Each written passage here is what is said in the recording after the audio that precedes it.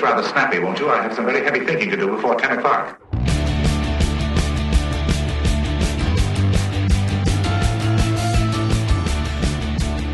Hey, welcome to Get It Right Texoma with the Texoma Trio. Mike Hendra and Terry McAdams, Trey all over there. Glad to have you with us. Thank you for joining us on YouTube if you're watching that way, or if you're getting us on Spotify or Apple Podcast, however you get the show. Thank you for tuning in and being a part of it all. We're here to inform and entertain you.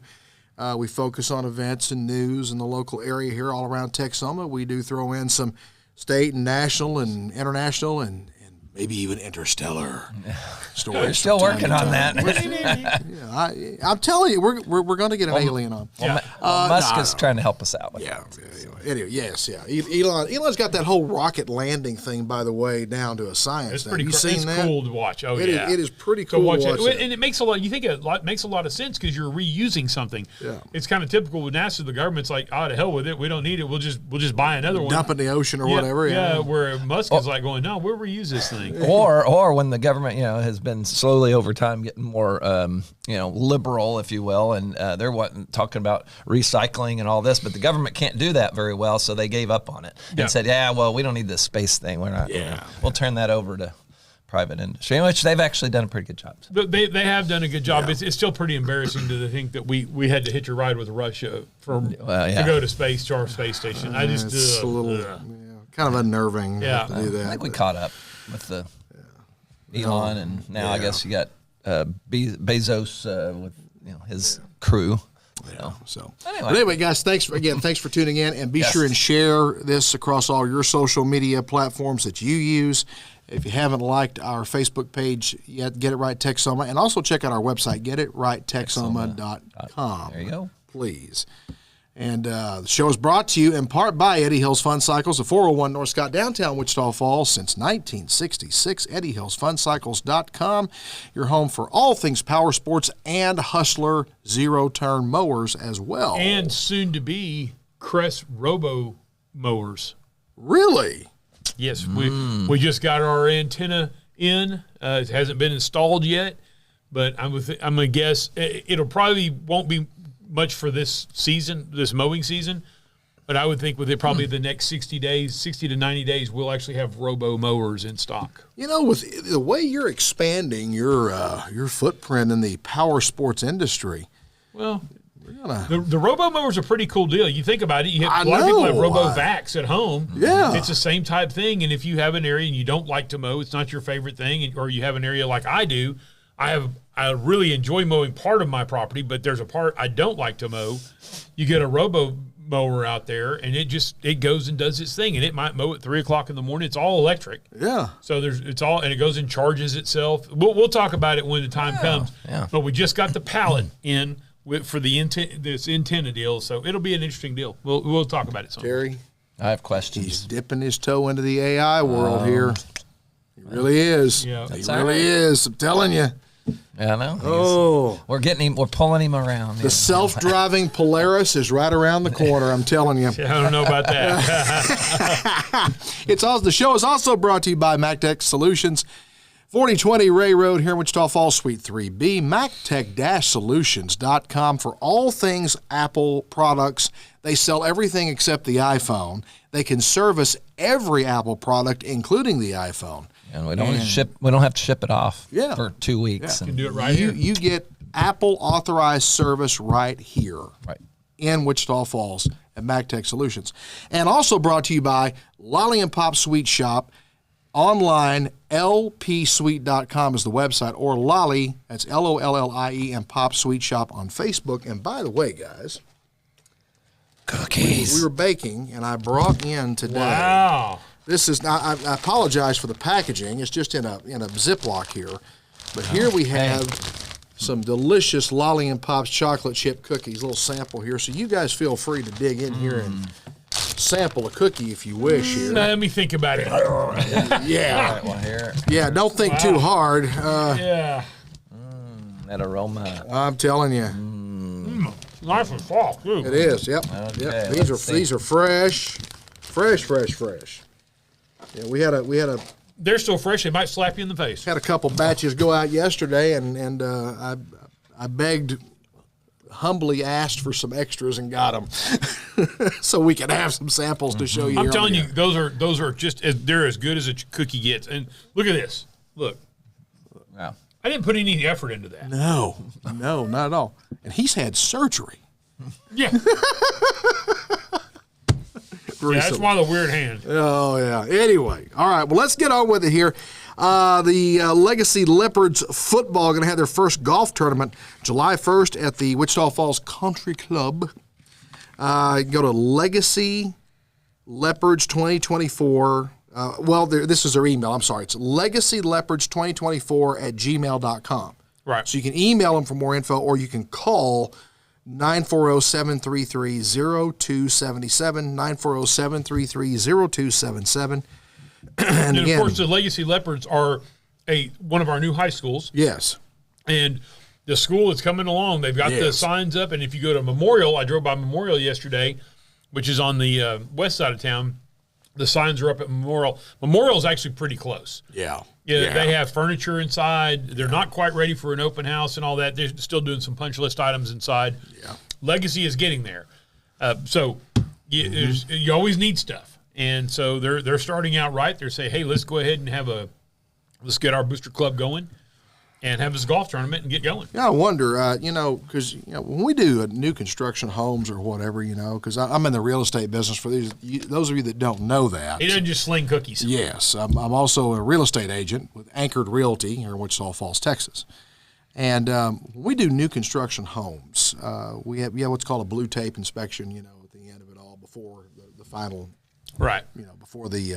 Before you get your certificate of occupancy. Basically, you have like a punch list. Yeah, and that's kind of doing the same thing with the schools. You're going through and you got to go, okay, well, that outlet's missing a cover, or this light fixture needs an adjustment, or little things that need to be fine tuned or finished out before. Right.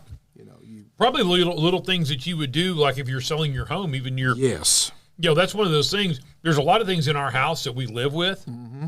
Because it's okay. It's not a big deal. You might have a scuff mark on the wall over there, or the baseboard where it's a little discolored or something. Yeah. And you don't think anything about it because you walk by it every day. Yeah. But when you go to sell that house, spend a couple $1,000, do a little tune up there, and make all those things just right. Yep. Well, you get a real estate professional to come in and help you.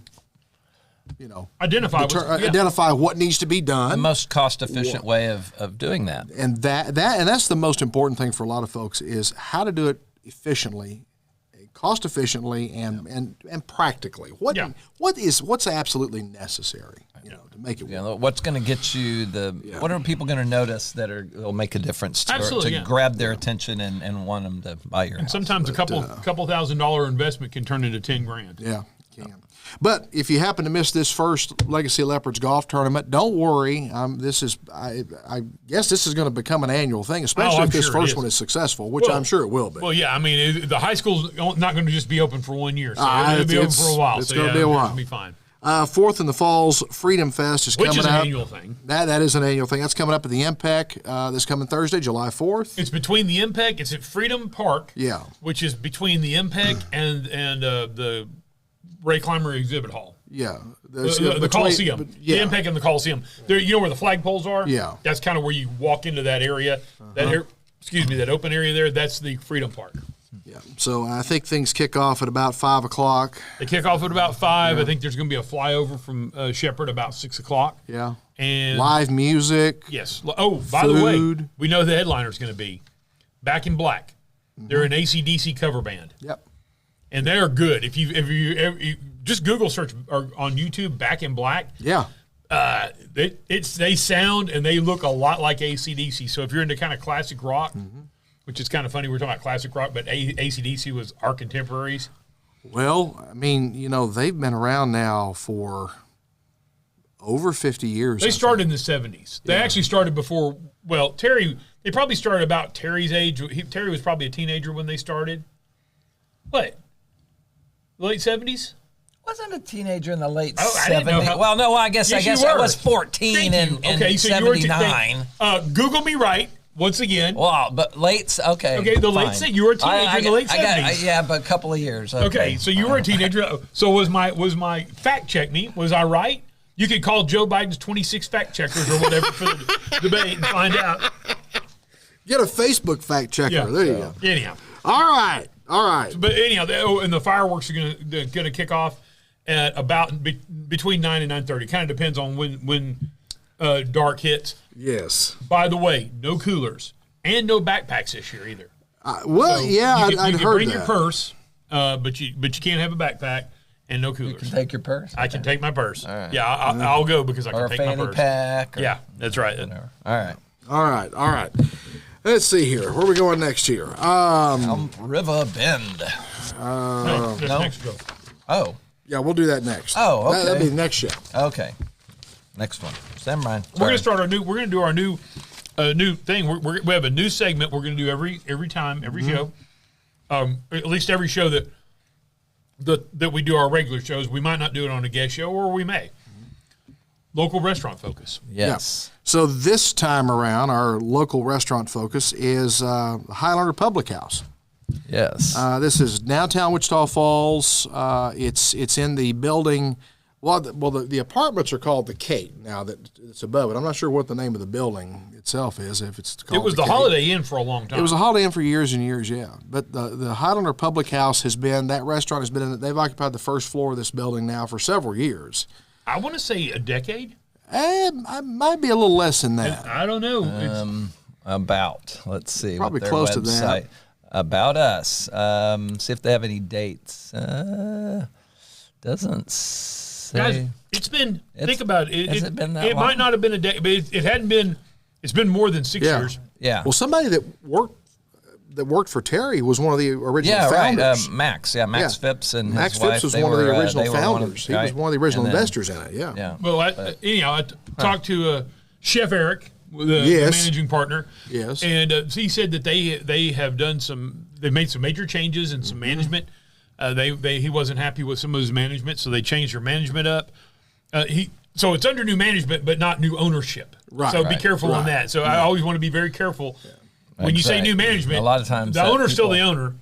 Right. But it's new management. They have a new daily menu now. They still have some of their favorites, like their fish and chips. Because the first thing I asked him when he said, "We have a new daily menu," I said, "Fish and chips." He goes, "Oh hell yeah, number one seller." Okay. And by the way, my wife is from England, so my wife is a certified limey, and she knows fish and chips, and she will tell you that the Highlander has the best fish and chips this side of England. Yep. Yeah. I think they're just as good as over in England. She can't come to saying that. I think in America, there's two places that I've had that I think are just as good as fish and chips as I have in England. And one place is called the Codfather in North Carolina. So it's not local.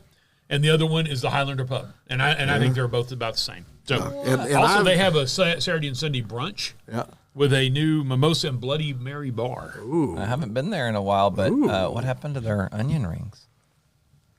I'm going to have to talk to Eric. They got mozzarella logs. That's all that matters. Oh yeah. Okay. Well. Yeah. Oh, they're yeah, I know. good. Yeah. Those mozzarella the mozzarella logs are practically a meal. Oh, it is. It's practically its own food group, actually. But My wife and I will go in there and we'll get an order of mozzarella logs and a fish and chip plate. Split it. yeah. Well, and the It's bigger. still not done. It's still too much food. Yeah, you've heard of the Big Mac. Of course, anything that McDonald's does is not going to compare to here, but they have the Bigger Mac. Yeah. And the burger topped with mac and cheese, chopped bacon, and green onions. And by the way, their mac and cheese, I've had their mac and cheese before. Yeah, it ain't no Kraft out of the box stuff. It is creamy, cheesy. It is good. It's not trailer park mac and cheese. This is mac good and cheese on a burger. I've never had it on a burger. I just had it in their deal. I think I need an aspirin. Yeah. Anyway. He's having a hat attack. Woo! Yeah. Oh, okay. Yeah. Oh, but yeah, Highlander Pub, they are open. Yep. There was a little bit of a controversy, a brouhaha, if you would, about maybe they're going to close. And no, they're not closing. No. They're going strong. No. They're making some changes. They made some changes for things. Of course, they're struggling like most restaurants. Well, sure. Well, it's a but pub. but everybody's struggling, and so you try to muddle through the tough times, and hopefully in November, vote your pocketbook, don't vote your heart, vote your wallet. Hopefully things will change. Everyone is going through, and restaurants especially, because it's labor issues, it's cost of goods, cost of services, just the cost of being in business has gone up. Oh, exponentially. And you have to, at some point, you have to pass those costs along. You can't absorb it. You can absorb only so much. Oh, that's right. Yeah. And then pretty soon, then you as the owner you're working for free. I mean, you can't do that forever. You got bills to pay too. Yeah. So it's everyone's going through the same struggles right now, and I think restaurants have it especially tough, simply because it's not just the labor side of it, but it's also the cost of the goods, the inputs, the product that they have to they have a hard time. There's some things they still have a hard time getting. Right. The whole supply chain thing didn't just affect the auto industry or the computer industry or the motorcycle industry. It affected every industry. It affected everything, and also the price of gas. Yes. The price of fuel affects everything. Yes. Anything that's shipped. Yep. Because the Highlanders not going and picking their peas and carrots and stuff like that up in the parking lot next door. Right. You're having to have everything shipped in. So anyhow, go check them out at the Highlander Pub. This is going to be a new focus. Every one of our regular shows, we're going to focus a new local restaurant. Yep. We have a whole list we're starting on. Yep. And if we've been there, hopefully we'll all have been there. One of us have been to these restaurants. I'm sure most of them we have at some point. We can talk about it intelligently. Yeah. But a local geographical reference for you, they're right across the street from Big Blue. Exactly. Right across Scott Street. Right across Scott Street. Yeah. From Big Blue. Yeah. You can't miss it. Trying to find the actual address, but interestingly, I've talked about Stevie Wonder could find it. That's true. There's a big blue building on one side, and there's another big building across the street, and it says the Highlander Pub, really huge. Right. Yeah. It's got a huge, big wooden door. Yeah, cannot miss it. And you should be able to just because people do their maps. They don't always know, so they just I'm sure if you just type in Highlander. Going down Scott Street. Yeah, the Highlander, it's 726 Scott. There you go. So you just search on your favorite search or your maps and maps tool. And the Texas Association of Broadcasters, guys, has named KFDX, Texoma's Fox, and Texoma's homepage as the 2024 station of the year. Is that just for this area? No, the Texas Association of Broadcasters. That's for the state of Texas. For the state of Texas. Yes. Wow. Yeah, that's awesome. They're competing against stations all over the state, big stations, small stations, and stuff like that. Yeah. But I think this is really cool, but that we have a local media outlet. Yes. And of course, it's Fox and Channel 3, 18 and 3 are the same company. Mm-hmm. They use the same studios and all that sort of thing. But anyhow, I reached out to a couple people yesterday, Tobin, McDuff. Of course, Tobin has been the sports director there for years and years and done a wonderful job. MJ has come in and does a really good job on their sports. But they've had a pretty good solid group of anchors over the years, and they just do a really good job. And I think they're fair, and I think they bring stories I think that people care about. Yeah. So I'm really excited for them. They're a good group of people. Their digital side, if you ever need some digital advertising, they do some digital advertising as well. So anyhow, one of the kind of a national thing here. One of the squad members, Representative Jamal Bowman, held some kind of a rally. AOC was involved in it. Yeah, it was like a hip hop. If you watched it, it was like a hip hop thing. It was like the day before the election. So this clown gets up there, and by the way, John Fetterman would have looked at him and go, "Dude, you need to dress up." The way this guy was dressed, T-shirt. He had a short sleeve shirt on. He pulled up. He said, "I'm gonna get the guns out." So he pulls his sleeves up, like, oh yeah, cussing up a storm. I mean, dropping the F-bomb and stuff like this. And look, I know every once in a while I drop the F-bomb too, but I'm some dope that has a motorcycle shop in Wichita Falls. I'm not a U.S. House of Representatives on a stage. Yeah. And then he jumps up there and the hip-hop's playing, and he's like, keep the music going, and AOC is jumping around up there. I guess she's done crying for the kids in cages right now. She's gotten over her tears for that, so she can do this. But they held a rally about, and they coming after me. They're coming after my family. They're coming. And by the way, I don't know who's coming after him, other than the guy who's running against him. But in the end, had a marching band. Was marching around, a live marching band. But in the end, whoever was coming after him, they decided that they didn't want him anymore, and he lost his primary. So he's done. So Representative Jamal Bowman will have extra time. By the way, to remind you, this is the clown who pulled the fire alarm to stop a vote in Congress. Yes. He was the guy. Okay, I remember now. Yeah, he was trying to delay a vote. Yes. He said he didn't, but he was convicted of it, by the way. They actually had him on video, security video, didn't they? Yeah. He said he was trying to get the door open and didn't realize. By the way, the guy's an educator, was a principal. So you're telling me that you don't know the difference between a door opener and an alarm, a fire alarm that's big and red and says fire? No, he pulled. That was him right there. Yeah. He pulled the fire alarm and was convicted. It's a misdemeanor and was convicted of it. But anyhow, he has been one of the. When you have other members of the squad that are going, dude, slow down a little bit with the progressiveness. Yeah, this guy's a clown, and it's good to see that he is gone. So the people in his district at least pulled their head out of their asses. Well, they voted a Democrat, of course. Well, yeah. But they're going to have a Republican challenger. Probably going to be a Democrat that gets that seat, but at least it won't be this asswipe. Yeah. Just can't believe this guy. Yeah, there's him on. Yeah, there he is pulling the alarm. Yeah. Yeah. Well, he didn't know. He was trying to. He thought maybe it was a door opener. Like I said, it's red and says fire. I think it's universal. Any first grader can tell you what a fire alarm is. Yeah.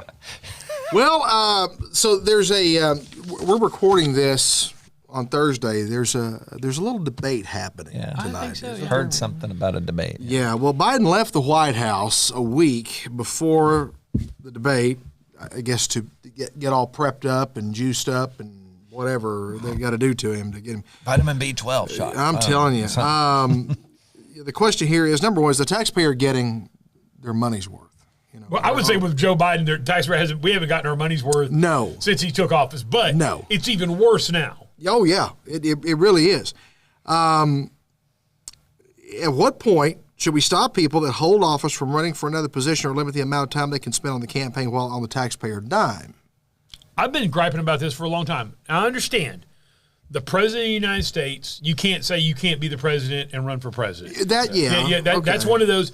But can we limit the amount of time that they can spend during the work day on campaign stuff? Because there's certainly a few things happening in the world that should command the POTUS's attention. Exactly. And I'm that way about all these Congress people that are running totally. They're senators. I don't like it when governors of states run for Senate or run for the presidency and stuff like that. It's like, hang on a second. Yeah.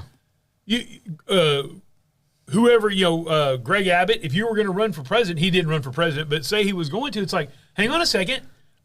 You're being paid by the Texas taxpayer not to run for president. Right.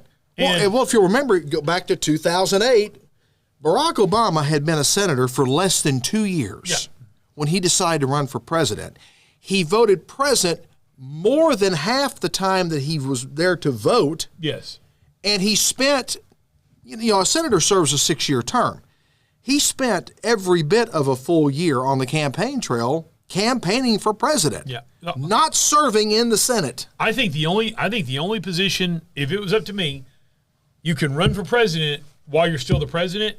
Every other position, you cannot hold an elected office and run for it. You can in the county. You can't in the county. Like, for instance, if you're a county commissioner, you can't run for county judge. You have to resign your position to run for that. And and I think that I'm that way about all these taxpayer funded people. Well, how do you? What about if you're already in Congress? Then rerunning for your position. If you are an incumbent, you ought to be able to run for that, but you should be limited on the amount of time you can spend, and there should be some documentation and some oversight on how much time you should spend. Well, they'll get around that. I mean, I think. So you don't think there should be anything? Well, I'm not saying there shouldn't, but or at least talk about it, but I think that these guys are smart enough that they're going to work around that because they're always.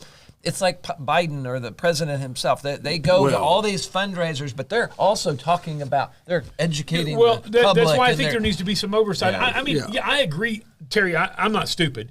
I understand. If you put seriously, you're going to put rules in place. There's always going to be people that are going to skirt the rules.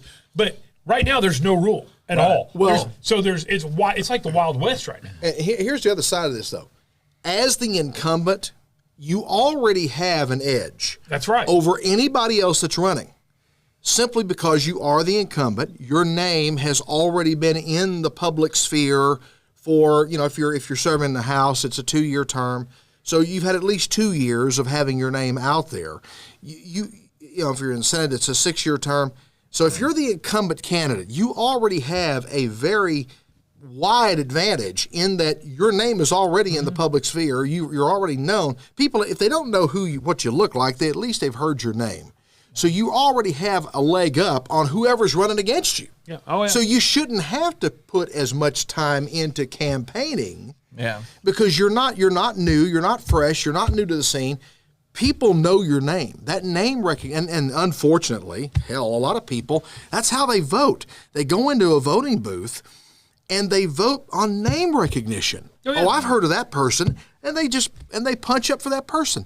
That's a stupid reason to vote for somebody just because you know their name. You need to know who you're voting for.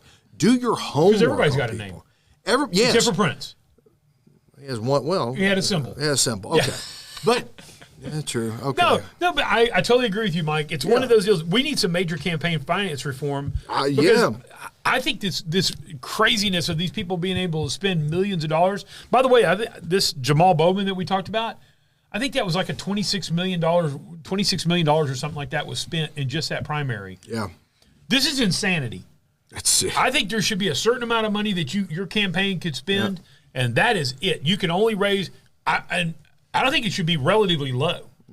Depending on where you are. Obviously, if you're running a national campaign, you could raise more money than you're running a local campaign. Yeah. But this stuff about spending millions of dollars for a state office or something, I think it should be a certain amount. And, by the way, all these PACs and things, they should not be able to run extra things for you. Your name could only come up in ads so many times and so much money, and anything outside that it would be a campaign violation. Punishable by prison. I think there, at least in the public, there's growing support to make some of those changes. Oh yeah, people are tired of it. People are fed up with it. Well, just to throw this out, remember some of this controversy about Citizens United versus the Federal Election Commission, and ultimately it looks like the Supreme Court decided that was violating the First Amendment, but basically that all independent expenditures by corporations and unions in the Bipartisan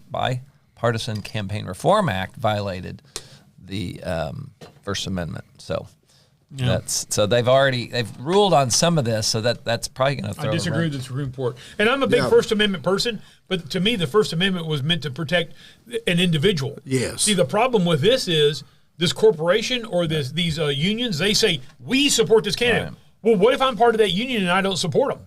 Yeah. So that's bullshit. To me, that's where I think the Supreme Court got it wrong, because the First Amendment is meant to protect an individual's right to expression, not a group's right to expression, in my opinion. Yeah. So we'll make time here to touch on this. I do want to touch on this. Wichita Falls, not a strong college town. And we've talked about this before on the show. Does MSU do they do enough to market themselves publicly? Do they do enough to promote themselves? Does the community do enough? And I think there's not much at all. You see billboards going down the highway toward Dallas and Fort Worth for MSU. You see billboards in other places, and since they merged with the tech system, I think that's given them a little bit of a boost, but you still, and this has been my argument, a stranger cannot drive through Wichita Falls and tell that we have this university in this town. No, I totally agree. And not only that, Mike, and by the way, there is new administration here, so none of this is to be laid at the feet of Dr. Haney, by the way. She just got here. Right. She hasn't been here very long. Very, very sharp lady. I've actually reached out to her office to get her on the show here. She's very sharp. Met her at actually the chamber after hours event. Very smart, very sharp. Actually, grew up in a farm from this area. Mm-hmm. So none of this stuff can really be laid at her feet. This is kind of previous administration stuff. Right. But what used to drive me bonkers about those billboards, guys, is I would be down the Metroplex and I'd see a billboard and it'd say MSU, Texas, and it wouldn't say Wichita Falls. Wouldn't say anything on it. Nothing. Right. And it's like, well, okay, where's MSU, Texas? Mm-hmm. And I don't know if they were trying to invoke people to Google search. Well, people are driving down the goddamn road. They shouldn't be Google searching while they're going down the road. They can't. So to me, you're kind of what you need to put missing an opportunity. Exactly. Wichita, MSU, Texas, or Wichita Falls. Well, that might stick in somebody's head. Now, when I get stopped somewhere, I can Google search. What was that called? MS. Because if you type in MSU, it could be Missouri State, Michigan State. Yeah, you're not going to get. I know. You and I both graduated from MSU, and depending on when the age of the internet opened up, and you were talking to people all over the country, they said, "Where do you go to school?" MSU. Oh, Michigan, Missouri. It just depends on what part of the country you're in. Yeah, it's to me, it's almost never made. MSU is just never made. It never made sense to me here. We're not in the Midwest. No, we're mid-South. Now, okay, so we're Texas. So let's dig into that for a minute, though. Why is it? I mean, that's the question. Yeah. Why is it that we're not a college town? Well, there's a lot of reasons, right? I mean, it's not just we can't just put it at the feet of the even previous administrations. No, there are a lot of things. But think about it, though. We don't rally around any teams. No. We've had I know that we had the football team for a while, and because they were able to spend some money and give away cars, they were able to get a lot of people excited. But that didn't work out. But as soon as that stopped, right? And so I don't know. There's such a. I mean, what is it about the Aggies, and what is it about the other college towns that actually even? What about Abilene Christian? I think in those other communities, and Abilene's a great comparison because they're very close in population. Right. The demographics are very close. There's a lot of big similarities between Wichita Falls and Abilene, so they're a great comparison. I think what they do that we don't do, there is a concerted effort on the part of the community leadership, the college leadership. There is an effort across the board to promote. You don't see that here. We somewhere along the way, we got lazy or complacent or whatever. We just took it for granted that MSU is here.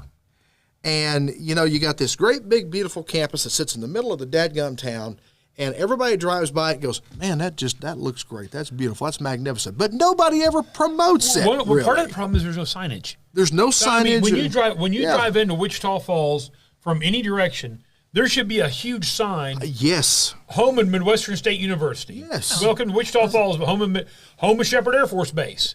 I mean, there ought to be some signs so when people drive, because millions of people drive through Wichita Falls every year. And we ought to have banners scattered across the city, so that when people are, all the main drags, Kemp Boulevard, Southwest Parkway, Kell Freeway, Lawrence Road, when you're driving down these main thoroughfares through town, where we have thousands of cars traveling all day, every day, there ought to be signage, there ought to be banners, there ought to be symbols there that tell you exactly what that connection is. And spelling it out for you and promoting it. But this is an effort that has to be undertaken not just by the college, but also by the community, the city government, county, the alumni association. Yes, everybody's got to get involved. The other thing I could see as well is T-shirts. And I don't think MSU can buy T-shirts and give them away because they're a state school. They take state money. But the Alumni Association probably could. Yes. Or if the Alumni Association could go to certain businesses and say, hey, we want to give every kid in Wichita Falls ISD High School Midwestern State T-shirt, Western State University T-shirt, and we'll have a couple company logos on it or something like that. You sponsor that. Things like that put those things in kids' heads. Yeah, and that would be and that's another great point. There needs to be a better organized effort to reach out to those high schoolers in Wichita Falls and all of the surrounding community. Don't discount Burt Burnett, Iowa Park, Olney, Archer City, Henrietta, Windthorst. Don't discount any of them. Every area high school needs to be involved in this. And Midwestern, the Alumni Association, whoever needs to take the leadership role in this, needs to be getting into those schools, promoting, giving away those T-shirts, giving away stickers, going and talking to them, and actually actively promoting those students who are planning to go to college, staying in Wichita Falls and attending MSU. And continuing to their education in this community. It costs a lot less money. Think about it. It does. I lived at home. You lived at home, like my freshman year of MSU. Yeah. I still lived at my parents' house my freshman year. Yeah. I moved out after that, but I still lived here in town. Yeah. I saw. It's you just gotta. There's gotta be a better effort put forth by both the community leadership, city leadership, county government, and also the school leadership. And I think, with the new president, with the involvement of tech, I think that landscape on campus is changing. I think there is a desire to do this. Now it's just you got to get people behind it though. It can't be a 1, 2, 3 man effort. It's going to take an army of people to make it work. Let me just a different thought on this. I'm kind of Googling around and there's an article I ran across called the collegiest college town in every state and more. So now think about it. Up until probably until 20 years ago, probably it's like the internet. You can't make something viral. I mean, you can. There's a little bit, but there's a lot of luck. There's a lot of just circumstance and a natural evolution of these kind of communities and things. And sure, you can affect, you can influence and whatever. But now it's like after the fact, we're sitting here trying to make us a college town. And I'm just wondering how much. I mean, I'm not saying it shouldn't be done. We shouldn't promote all that. I just think it's not something that we're going to see. It's like getting our city to downtown and rebuilding downtown and all that. It's not something going to happen overnight. You got to look at it. Getting our town to finally, instead of teetering on 100,000, here. You got to look at it from the perspective, Terry, of it's like promoting anything else. When you want to effectively promote something, sure, you find a hook. What you got to find that something about what you do, what you offer, what you sell, what you service you offer, whatever. Right. What hook captures people's attention? Right. What can you do? And sometimes you stumble into it. A great example, a great recent example, is the whole MAGA cookie controversy with Margie's Bakery. Right, but just with no intent on doing it, they stumbled into a hook that garnered them a tremendous amount of attention and new business, by the way. They probably gained some new customers that they hadn't had before. And it got them national attention. The Daily Caller just published an article on this. So they just stumbled into this hook. Sometimes you just accidentally fall into it. Right, but it takes conservative. So that's the thing, isn't it? What's the there's a saying about being prepared. It's not. It's like being successful and in our business. We got to be ready to take it. You don't know when those opportunities are going to come along. It's like you the can be mowers, lucky, right? You robot mowers. You have to be lucky, but you have to be prepared. You have to set yourself up for success. That's what it is. That's what it is. It's not. Luck is really about being ready when it happens. Exactly. It's because if you're not ready, that all the luck, if you will, the randomness, the thing, the opportunity, if you can't take advantage of it, then you're screwed. Exactly. So so that's what you're saying. I think that's important. But I also have to say that look, this isn't going to happen overnight. No. Number one, and it's going to take a lot because we're a unique town clearly, and I hope that some of the stuff that came out of the culture conference that was going on, I'd like to hear kind of what the result of that was. So I think we're going to turn a corner, and we're going to turn a corner soon. I still think the number one thing would be signage, though. I mean, when you drive, when you come into Wichita Falls, from any direction, we have 287, 281, and I-44 that converge in Wichita Falls. When you come in from any direction in Wichita Falls, we need to have a welcome to Wichita Falls, home of Shepherd Air Force Base, home of Midwestern State University. What about bringing the falls back in? No. Been there, done that. All right, guys, we're going to wrap it up here. Thank you for joining us for this episode of Get It Right Texoma with the trio, Mike Hendren, Terry McAdams, Trey Serrala. It's brought to you by Eddie Hills Fun Cycles, 401 North Scott, EddieHillsFunCycles.com, MacTech Solutions, 4020 Ray Road, MacTech-Solutions.com, and Lollie and Pop's Sweet Shop, LPSweet.com, or Lollie and Pop's Sweet Shop on Facebook. Be sure to share our Facebook page, like it, share this broadcast with your friends, share it across your social media pages, and we want to hear your feedback. Be sure to comment on our page. Let us know what you think about the show. Give us your feedback. We'd love to hear from you. Until next time, guys, take care. See you down the road.